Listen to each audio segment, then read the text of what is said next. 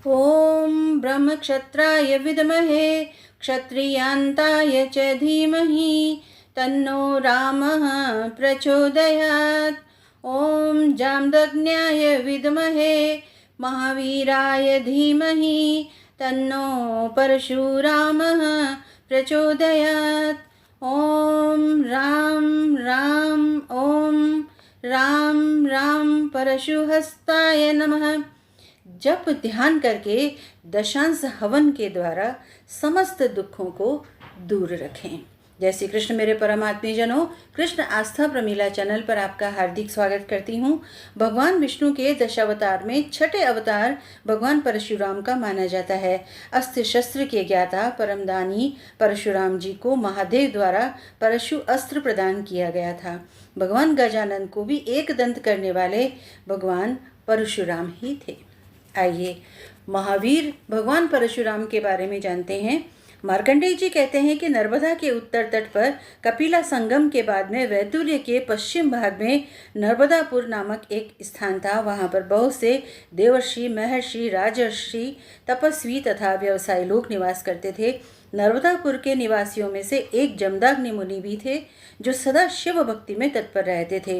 वे प्रतिदिन नर्मदा संगम में स्नान करके नाना प्रकार के गंध, पुष्प तथा अगरु आदि मनोहर उपचारों के द्वारा भगवान महेश्वर की पूजा किया करते थे और दक्षिणामूर्ति की शरण लेकर के शिव मंत्र में संलग्न रहते थे।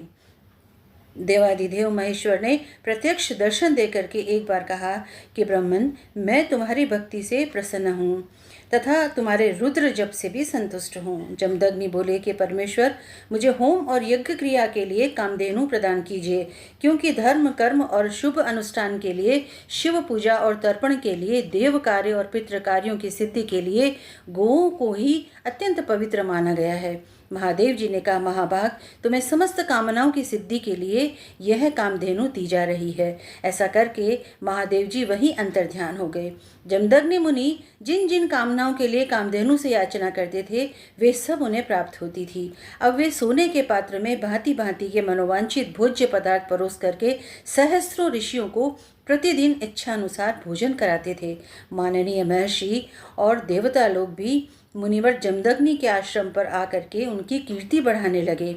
इस प्रकार कुछ समय व्यतीत होने पर एक दिन राजा कार्तवीर्य अपनी महिष्मतीपुरी छोड़ करके शिकार खेलने के लिए विंध्य पर्वत पर आए और नर्मदा के तट पर उसने अपना पड़ाव डाला। शिकार खेलते खेलते वह जमदग्नि के आश्रम पर गए और इस प्रकार बोले, मुने, यह गौ तुम्हारे योग्य नहीं है, इसे तुम मुझे दे दो।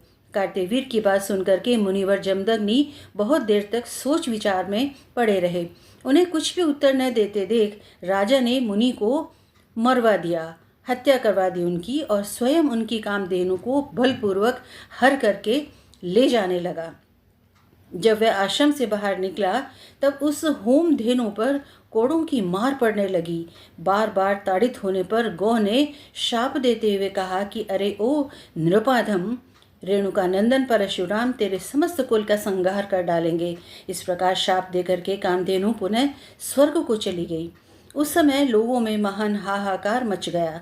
सब कहने लगे, ये कौन दुराचारी आ गया जिसने ब्राह्मणों के कोप को बढ़ाया है। तदंतर महावीर परशुराम ने पिता के मारे जाने का समाचार सुना। सुनते ही वे प्रज्वलित अग्नि की भांति क्रोध से जल उठे और सहसा आश्रम पर आए। पिता को मरा देख करके क्रोध से उनका पराक्रम दूना हो गया। वह सहसा उठ करके महिष्मतीपुरी की ओर चल दिए। वहां पर कार्तवीर्य अर्जुन को देख करके परशुराम ने क्रोधपूर्वक कहा, अरे ओ नराधम, खड़ा रहे, मेरे पिता की हत्या करके अब तू कहाँ जा सकता है। ऐसा कहकर उन्होंने अपनी कुल्हाड़ी हाथ में ली और कार्तवीर्य की भुजा रूपी वन को उसके मस्तक सहित काट डाला। उस समय मुनिवर परशुराम क्षत्रिय जाति के लिए प्रलयंकर बन गए थे। महापराक्रमी दुरात्मा कार्तवीर्य के मारे जाने पर देवताओं की दुंदुभियां बज उठी और आकाश से फूलों की वर्षा होने लगी। उसी के प्रति क्रोध से परशुराम जी ने समूची पृथ्वी को आतताई क्षत्रियों से रहित करके और अपनी प्रतिज्ञा पूरी करके और अपने पिता के आश्रम पर लौट आए। माता तथा अन्य अन्य मुनीश्वरों को नमस्कार करके उन्होंने विधि पूर्वक परशुरामेश्वर महादेव की स्थापना की। उसके समीप ही विशोका, एंडरिका और पावनी नाम की 3 शिलाएं हैं। उन्हीं पर परशुराम जी ने पिता की मरणोत्तरकालीन श्राद्ध आदि क्रियाएं संपन्न की। उस स्थान पर एक कपिल वर्ण की शिला भी है जो देव द्रोणी के नाम से विख्यात है। वहाँ पिंडदान करने से पितर स्वर्ग में जाते हैं, ऐसा कहा जाता है। अनेकानेक मंगल कामनाओं सहित